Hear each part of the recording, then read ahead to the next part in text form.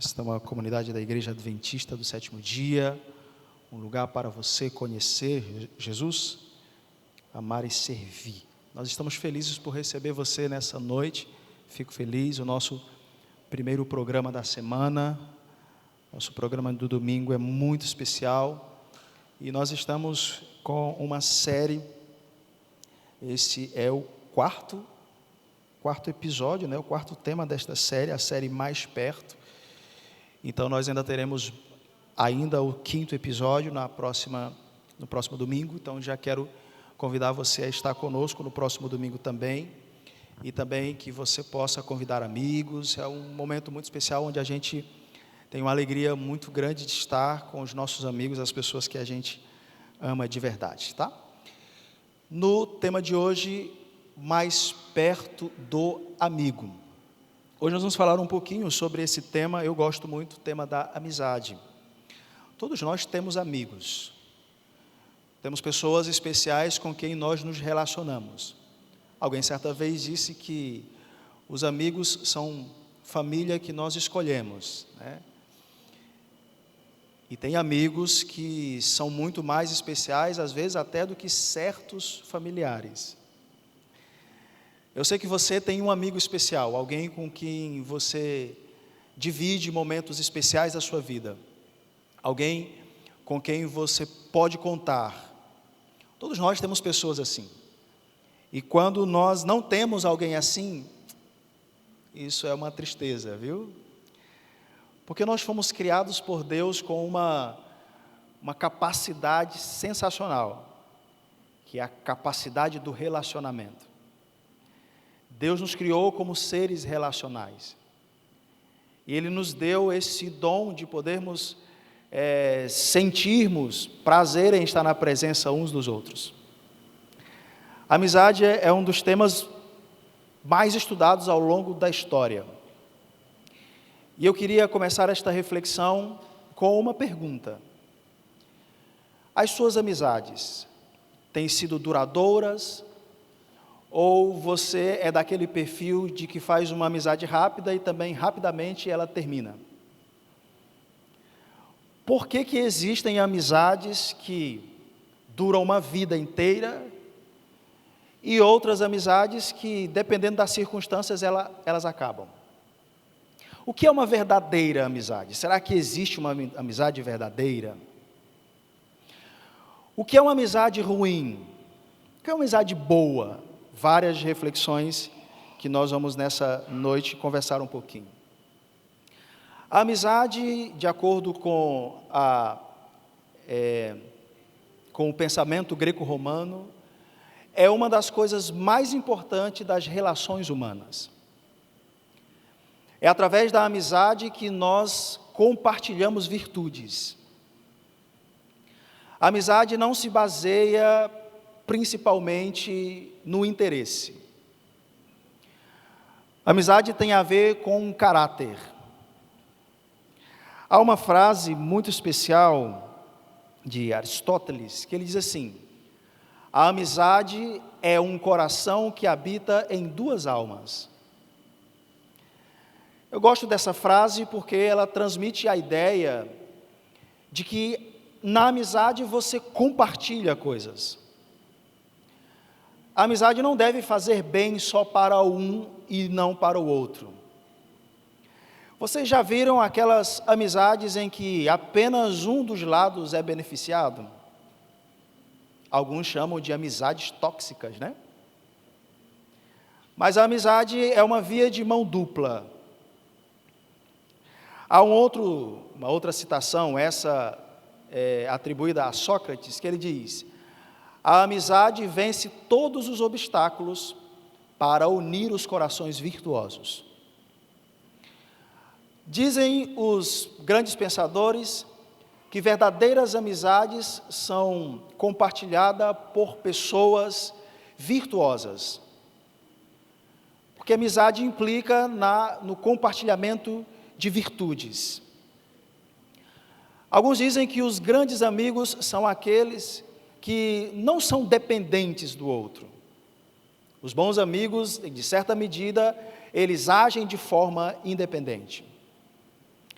Há um livro que traz umas lições muito especiais sobre a amizade. Se você fosse fazer uma avaliação das amizades que você tem hoje, o que você diria das suas amizades hoje? São verdadeiras? Ou são aquelas amizades assim que você poderia desconfiar? Um livro com um título muito curioso, chamado Como Distinguir o Bajulador do Amigo. É um livro do historiador Plutarco, que ele faz algumas definições sobre o que é uma verdadeira amizade e o que se resume apenas a bajuladores. Porque no fim das contas, o historiador trabalha a ideia de que muitos de nós não queremos um amigo de verdade. Nós queremos pessoas que estejam dispostas a nos bajular. Então, se você é aquela pessoa, por exemplo, que quer um relacionamento com alguém que está a todo instante do seu lado, alguém que não está disposto em nenhum momento a te contrariar, alguém que está sempre te elogiando e que em alguns momentos até te coloca num pedestal, quase que uma certa adoração. O autor do livro diz que você não quer um amigo, você quer um bajulador. Não dá a ideia de que um bajulador é muito bom? Mas olha o que o autor diz: a responsabilidade de ter bajuladores não é só de quem bajula, mas principalmente de quem gosta de ser bajulado. Algumas das muitas relações hoje que nós confundimos com relações de amizade se resumem apenas numa relação onde alguém bajula e o outro gosta de ser bajulado. Há uma frase também muito chocante no mesmo livro que ele diz assim: o bajulador é como um carrapato que gruda na orelha de quem ama a glória. É aquela coisa da pessoa que está ali somente para satisfazer o teu ego, ou para massagear o teu ego. Definitivamente essa não é uma amizade verdadeira, não é. Porque, como eu disse a vocês, o amigo verdadeiro é aquele que tem princípios e virtudes. Então, a amizade verdadeira baseia-se exclusivamente em princípios e virtudes. Há um outro livro intitulado Ética a Nicômaco, que ele apresenta três tipos de amizades. E que esses tipos de amizades, de uma forma geral, resumem o que seriam as amizades hoje também. E boa parte delas, as nossas relações de amizade. Vamos imaginar, por exemplo, que você, na escola ou na faculdade, você tenha um amigo com quem você se encontra para estudar, fazer trabalhos, vocês conversam juntos. Quando alguém pergunta para você qual é a relação que você tem com essa pessoa, a sua resposta é: meu amigo. Você faz trabalho juntos, vocês conversam juntos, vocês trocam mensagens, vocês estão juntos na escola, às vezes até sentam um do ladinho do outro. São o que mesmo? Amigos. Mas quando você sai da escola, quando você muda de sala, quando você muda de endereço, quando você sai do contexto da escola, da faculdade, da sala, o que acontece com a amizade? Ela acaba. Ou você não teve milhões de amigos para trás com quem você estudou e que hoje você já não mantém contato com nenhum deles. O autor do livro diz que esse tipo de amizade é chamado de amizade baseada na utilidade. Ou seja, nós nos tornamos amigos de pessoas que podem, de alguma forma, nos beneficiar com alguma coisa. É uma troca de benefícios. Você relaciona-se com essa pessoa até o momento em que você ganha com aquela amizade e aquela outra pessoa se relaciona com você, enquanto ela também estiver ganhando alguma coisa. Quando sai desse contexto onde você é beneficiado e o outro também é beneficiado, a amizade simplesmente acaba. Amizade baseada na utilidade. Se a outra pessoa não é útil para você, não tem relacionamento. Às vezes nós confundimos isso com uma verdadeira amizade. Esse tipo de amizade é muito comum, por exemplo, no local de trabalho. Amigo de trabalho, colega de trabalho, já viram? Quando você sai do local de trabalho, não há relação entre você e aquela pessoa. São relacionamentos baseados na utilidade. Enquanto o outro é útil para mim, nós nos mantemos um bom relacionamento. Não é mais útil, a distância, então acaba com a relação. Mas existe um segundo tipo de amizade. Vamos imaginar, portanto, que você costuma jogar futebol com os amigos, aqueles que jogam futebol. É um momento prazeroso, é um momento de trocas de experiências, você ri junto, você compartilha momentos bons juntos, sim ou não? Afinal de contas, é o futebolzinho do fim de semana. Então, você sai para jogar um futebol com os amigos. O autor do livro chama esse tipo de amizade baseada no prazer. É quando as relações com quem você tem geram momentos de alegria, de prazer a você. Então, quando, por exemplo, o teu hobby muda, teu hobby não é mais jogar futebol, o teu hobby mudou, agora é jogar voleibol. Naturalmente, o teu ciclo de amizade também muda. Você já não se relaciona mais, por exemplo, com os amigos do campinho, agora é os amigos da quadra de voleibol. São as amizades baseadas no prazer. O autor do livro diz que esse tipo de amizade é específica ou mais comum entre os jovens. Ele diz, a amizade dos jovens parece visar ao prazer, pois eles são guiados pela emoção e buscam, acima de tudo, o que lhes é agradável e que tem imediatamente diante dos olhos. Então, as pessoas que estão mais naquela faixa etária, são jovens, eles são mais atraídos por esse tipo de amizade que gera um prazer, porque é o sentimento que faz parte do seu ciclo, tá?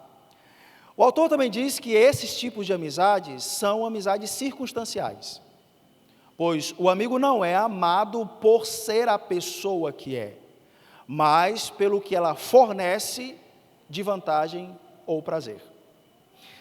Então, aqui tem uma distinção muito especial. Esse tipo de relacionamento está baseado especificamente não no que a outra pessoa é, mas no que ela pode oferecer para você, ou de utilidade ou de prazer. Isso me leva, portanto, à conclusão do terceiro tipo de amizade, que é a amizade baseada no caráter. Esse é o tipo de amizade mais profundo. São as relações mais genuínas. Não é aquela relação baseada unicamente no ganho pessoal. Não é aquela relação baseada unicamente no prazer que ela vai gerar. Aliás, em algumas circunstâncias, pode ser até desprazerosa essa relação. Em algumas circunstâncias, essa relação pode incomodar mais do que gerar bem-estar. Porque o verdadeiro amigo não é aquele, ou melhor, o verdadeiro amigo é aquele que não tem receio de olhar nos teus olhos e dizer que você está errado.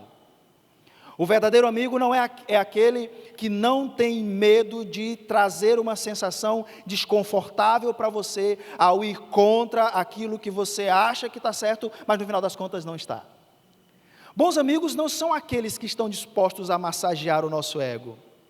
Bons amigos são aqueles que estão dispostos a nos desenvolver o caráter.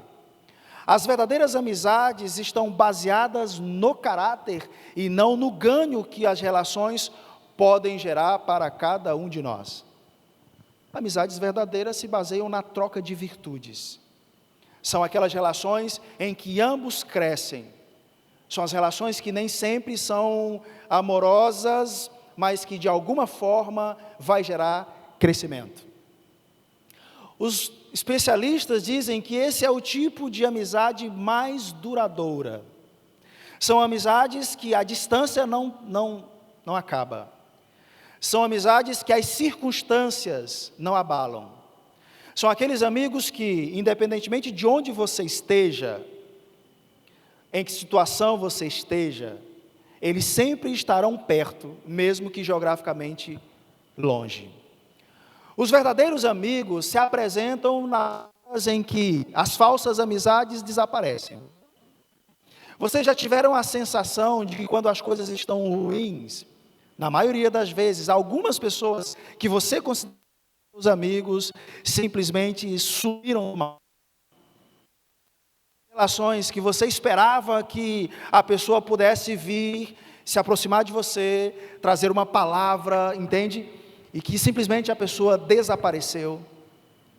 As verdadeiras amizades são aquelas que estão sempre presentes, ou nas horas boas ou nas horas ruins, eles sempre se fazem presentes. Às vezes nós carecemos um pouquinho mais de boas amizades. É por isso que eu queria meditar com vocês em um texto da Bíblia muito especial. É o texto de João 15:15. Esse texto é especial porque ele nos apresenta um tipo de amizade que supera todas elas.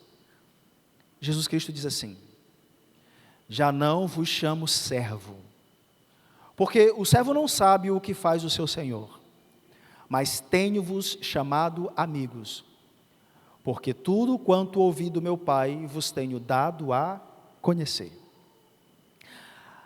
Esse texto é interessante, porque aqui Jesus apresenta dois tipos de relacionamento, e aqui eu estou falando agora do relacionamento nosso com nosso relacionamento com Jesus Cristo. Quando ele apresenta no início do texto a fala, não vos chamo servos, Jesus aqui já está, de alguma forma, pressupondo uma relação entre Senhor e servo, onde Senhor é Ele mesmo, e os servos são os seus discípulos. Esta relação entre Senhor e servo é chamada de uma relação heteronômia. O que é uma relação heteronômia? É aquela relação onde as leis, onde a pessoa, uma outra pessoa, define aquilo que você vai fazer. Que, no caso, é a relação entre senhor e servo. O servo, por exemplo, não escolhe o que fazer. O servo não escolhe qual caminho seguir. Quem escolhe isso é o senhor do servo.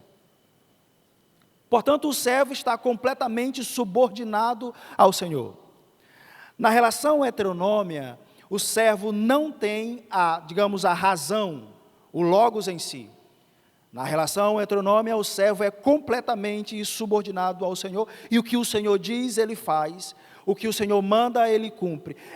Esse é o primeiro nível de relação que Jesus apresenta nesse texto, quando ele diz, não vos chamo mais de servo. Ele é o Senhor e os seus discípulos são os servos. Inicialmente, ele apresenta essa relação heteronômia.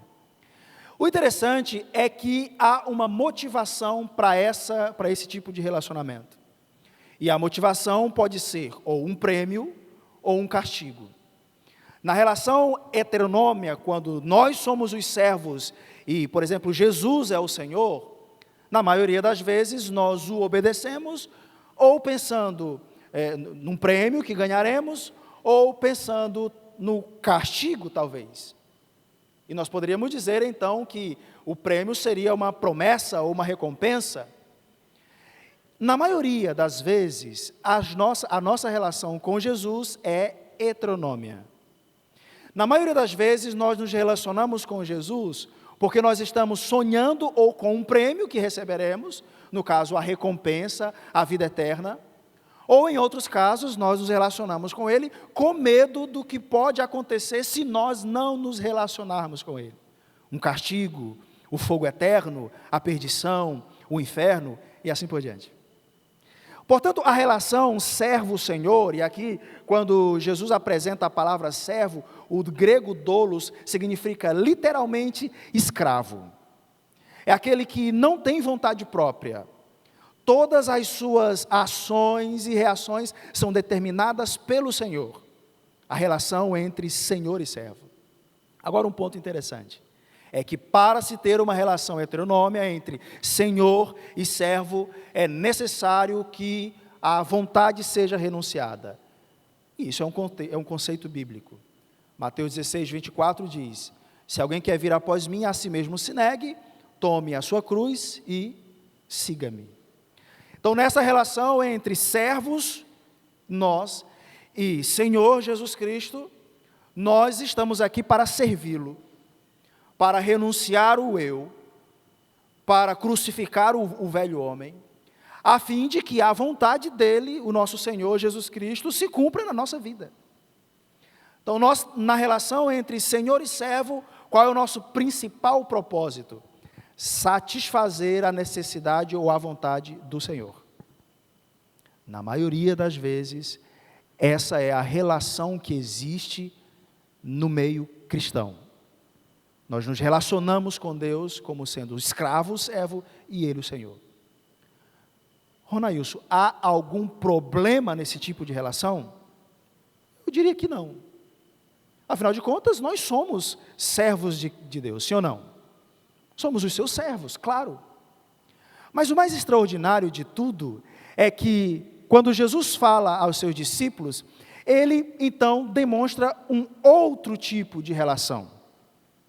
Há uma espécie de transição da relação de servo para amigos. Ao olharmos para o texto que nós lemos de João 15:15, Jesus está fazendo essa transição. Quando ele diz, eu já não vos chamo de servos. Então, essa relação heteronômia já não é a base da relação nossa com Jesus. Agora, vocês não são apenas servos, vocês são os meus amigos. E isso é muito profundo, porque aqui Jesus, então, estabelece uma relação de autonomia. Na relação entre amigos, agora você pode, por exemplo, questionar, por que ele me pediu para fazer? Qual foi a intenção do meu Senhor em propor isso para mim? E quando Jesus fala aos seus discípulos que os chama ou os consideram como amigos, Jesus faz algo extraordinário. Ele diz assim, tudo o que o meu Pai me disse, eu também dei a conhecer a vocês. Então, o que Jesus faz é uma espécie de empoderamento, uma palavra que está muito em voga hoje, né? Jesus faz uma espécie de empoderamento dos seus discípulos. Jesus está dizendo aos seus discípulos que eles agora fazem parte de um ciclo muito mais íntimo do que a relação entre servo e Senhor. Quando Jesus fala de amigos, ele utiliza uma palavra muito interessante, que é a palavra filia. A palavra filia é muito mais do que uma relação apenas fraternal de amigos, mas é uma relação íntima. Interessante que no livro que eu mostrei a vocês, diz que esta relação de filia, amizade, só é possível quando as pessoas são iguais. Não é possível uma relação de amizade com, por exemplo, um senhor e um servo. Esta relação entre senhor e servo não é possível, porque isso quebra o chamado princípio da reciprocidade. Lembram que a verdadeira amizade é uma troca de virtudes? Então há um princípio de reciprocidade numa amizade verdadeira. Portanto, não há reciprocidade na amizade entre um senhor e um servo. Não há reciprocidade na amizade entre o patrão, por exemplo, e o empregado. A amizade verdadeira, a filia, necessita que ambos sejam iguais. E é exatamente isso que acontece nesse texto em que Jesus fala.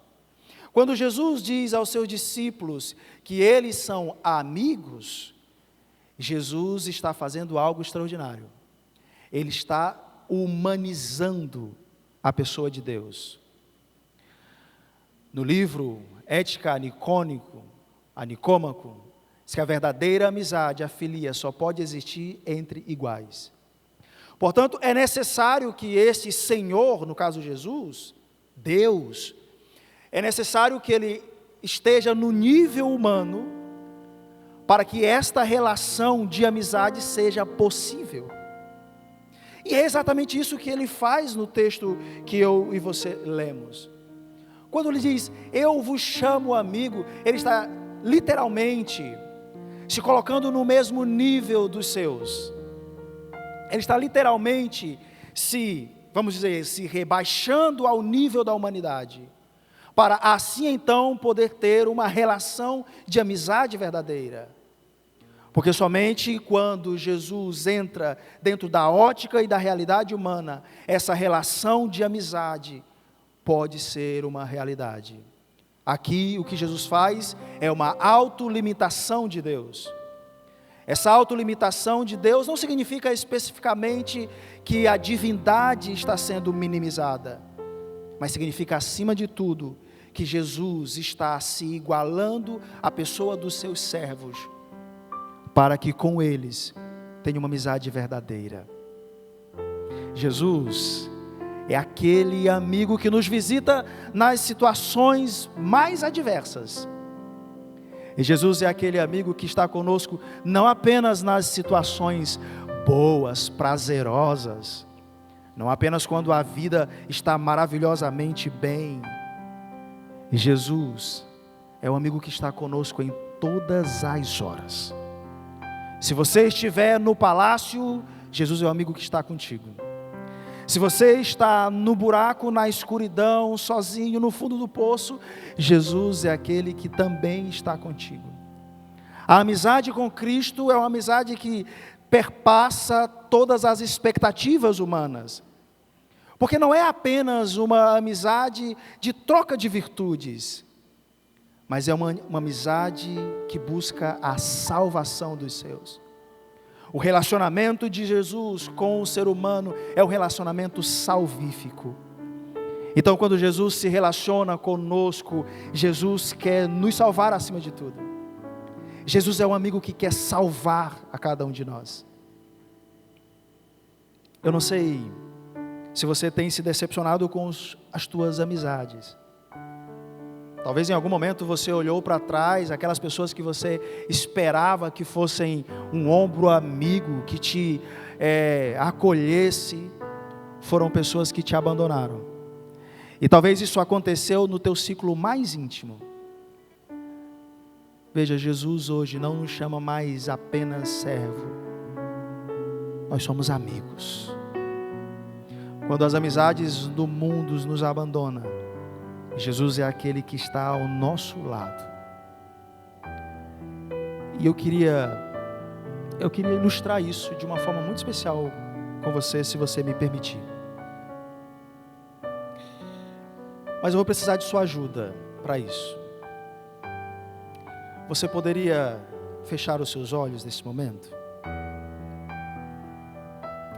Feche os olhos. Você pode agora baixar a sua cabeça. Imagina que nesse lugar não existe mais ninguém a não ser você. Esquece o relógio, esquece o celular, esquece a pessoa que está ao seu lado. Imagina que você está caminhando numa trilha. Foi um programa que você planejou. Na verdade, você combinou esse programa com seus amigos. Pense em alguns amigos. São momentos muito especiais que você está ali naquela trilha, você sorri, você entra na trilha. Momentos felizes. O dia começa a chegar ao seu final. Você levanta os olhos e você percebe que o sol está começando a se pôr. De repente, num descuido, você resvala o pé e o chão simplesmente abre e você cai. Imagina você caindo em um buraco, como se fosse uma caverna escura. Tão escura que a impressão é que você vai segurar a escuridão com as suas próprias mãos. Você tenta de todas as formas sair dessa caverna escura, desse buraco. Quando você pega do lado das paredes, você percebe que as paredes são lisas. Imagine a cena. E você começa a gritar por socorro. Porque você espera, obviamente, que os seus amigos que estão lá em cima vão te ajudar. E de repente você ouve algumas vozes lá em cima. Um dos seus amigos diz: tenta escalar. Faz o esforço. Ei, escala aí. Você então tenta escalar, mas você não consegue, afinal de contas, as paredes são lisas. E de repente alguém diz: nossa, mas você também é muito descuidado, não é verdade? Se tivesse prestado atenção, não teria caído. A culpa, de certa forma, é sua. Imagine a cena. Você então se senta no chão frio, e as vozes lá em cima simplesmente começam a cessar. Você percebe que não tem mais ninguém. Está só você naquele buraco frio e escuro. O frio, gelado, começa a fazer você se tremer. Você então simplesmente senta com a cabeça entre os joelhos. Você sente um frio gelado. Tudo está em silêncio, tudo está escuro. De repente, você ouve alguns passos vindo em sua direção. Passos calmos, leves. E você percebe que essa presença está cada vez mais próxima de você. Você, com medo, não ousa abrir os olhos. Seus olhos continuam fechados. Mas você percebe que aquela pessoa então simplesmente se curva na sua frente. Você então percebe uma luz, não uma luz forte, aquela luz suave. Então você, ao levantar os olhos, você percebe que ali há alguém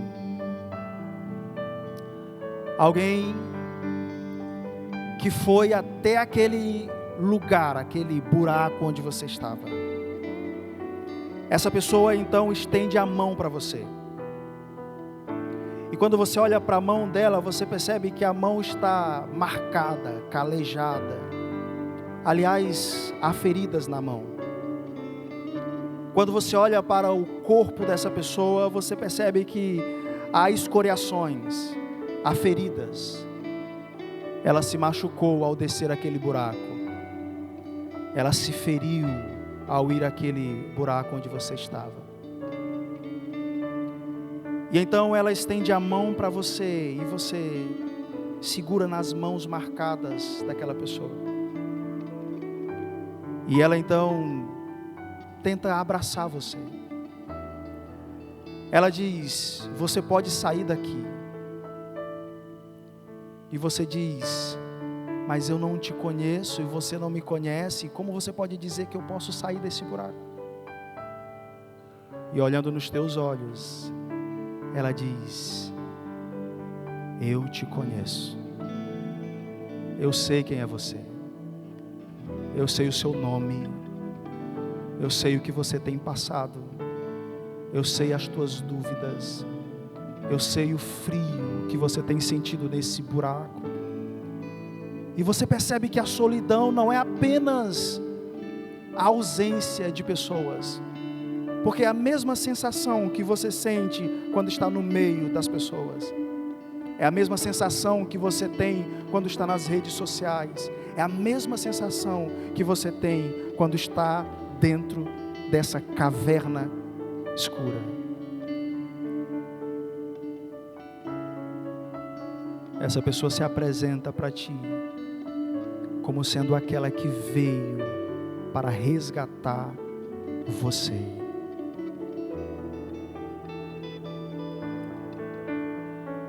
Essa pessoa é Jesus,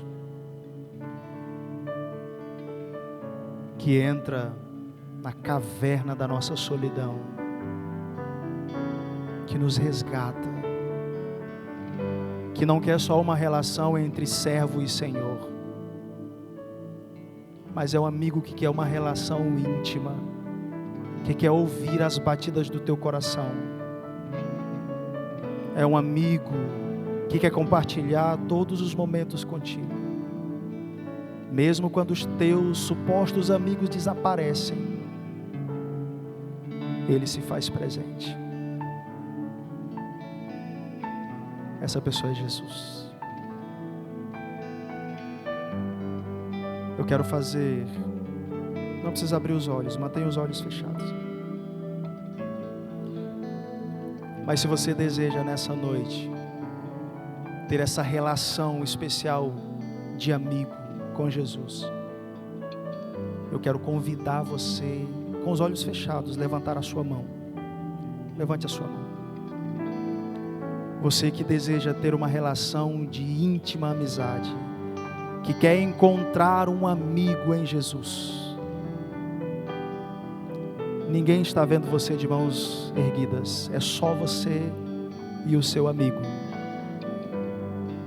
Louvado seja o Senhor Jesus. Deus querido, olha agora para essa pessoa tão especial, que está com as mãos levantadas, Senhor, porque não quer só uma relação entre escravo e senhor, onde o escravo não sabe nada sobre o Senhor, mas quer uma relação de amizade profunda. Abraça, Senhor, essa pessoa agora, e com o amor que só o Senhor tem, sara as feridas, Pai. Se ela está em um buraco escuro, Senhor, esse é o momento do Senhor tirá-la desse buraco escuro.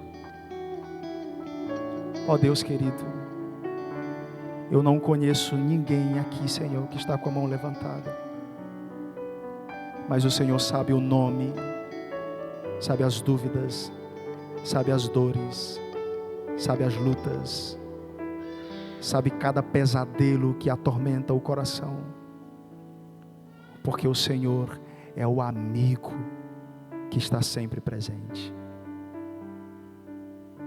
Segura nessa mão que está levantada, Senhor, firme, e erga, Senhor, essa pessoa no nome de Jesus Cristo. Abra os teus olhos, porque o nosso encontro com o nosso verdadeiro amigo é aquele momento especial onde a amizade se fortalece, e esse é o local do encontro. Para isso eu queria convidar alguém muito especial para vir aqui nesse momento.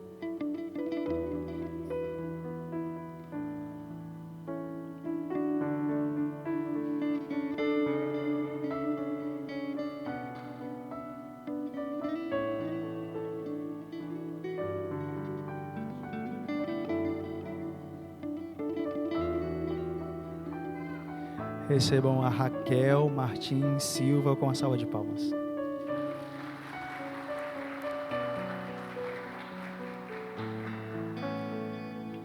A Raquel veio hoje porque o desejo da Raquel é ter uma amizade profunda com Jesus. Deus seja louvado. Está aqui os familiares. Que bênção. Deus seja louvado por esse momento especial. Raquel, essa é a decisão mais linda da sua vida. É a decisão de ter Jesus mais perto, numa relação tão íntima e profunda que a gente só cresce do lado dele. Deus seja louvado por esse momento especial na sua vida, viu? Deus seja louvado. Nós vamos fazer nesse momento o batismo da Raquel. Chega mais.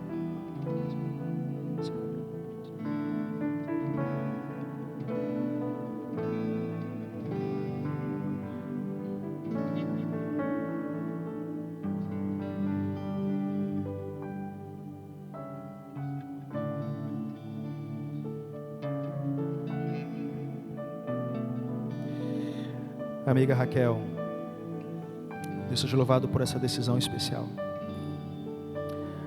Hoje o céu está em festa, porque esse é um momento em que você está entregando a vida por completo ao seu amigo Jesus Cristo, para que o teu nome seja registrado no livro da vida, para que você tenha novas páginas em branco e viva para toda a eternidade com seu amigo Jesus. Hoje eu te batizo em nome do Pai, do Filho e do Espírito Santo. E todos dizem: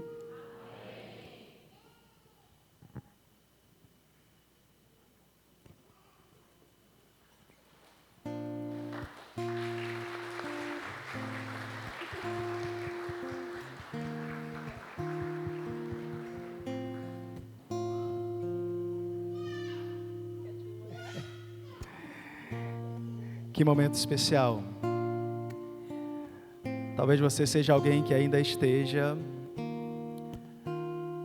na escuridão do buraco e ainda não abriu os olhos para ver o amigo que está ao teu lado.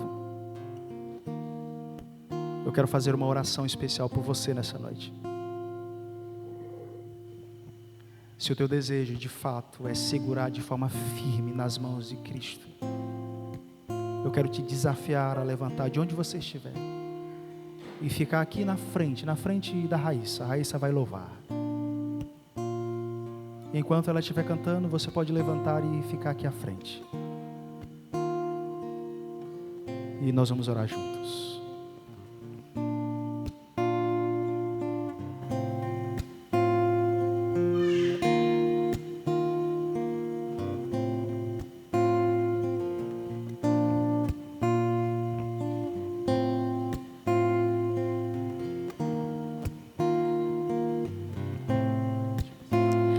Na grandeza do céu, na pureza da flor, há um mundo de amor. Na beleza do céu, no barulho do mar, tanta paz pra desfrutar.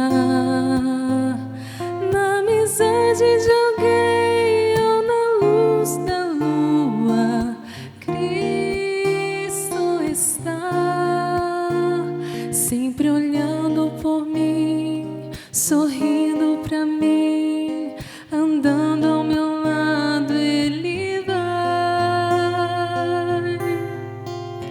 E com Cristo eu vou, com Cristo eu vou, sem medo de falhar. Pois com Cristo eu vou, com Cristo eu vou a tudo superar. Amizade igual não tem, nele sei que vou vencer. Tenho paz em confiar que Jesus vai provar que Ele é minha luz.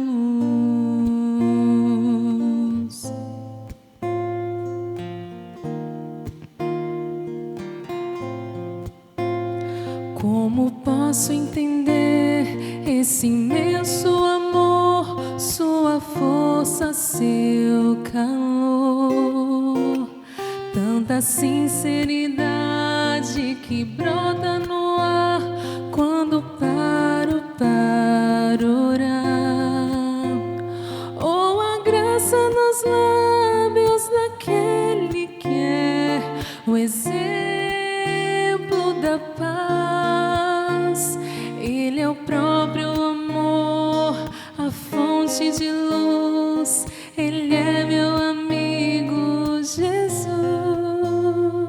Cante. E com Cristo eu vou, com Cristo eu vou, sem medo de falhar. Pois com Cristo eu vou, com Cristo eu vou a tudo superar. Amizade igual não tem, nele sei que vou vencer. Tenho paz em confiar que Jesus vai provar. E com Cristo eu vou, com Cristo eu vou, sem medo de falhar. E com Cristo eu vou, com Cristo eu vou a tudo superar. Amizade igual não tem, nele sei que vou vencer. Tenho paz em confiar que Jesus vai provar que é minha luz.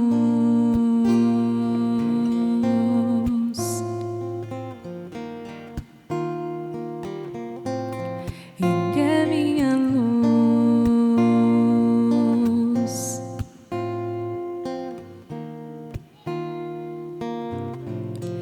Ele é meu Jesus. Amém. Amém.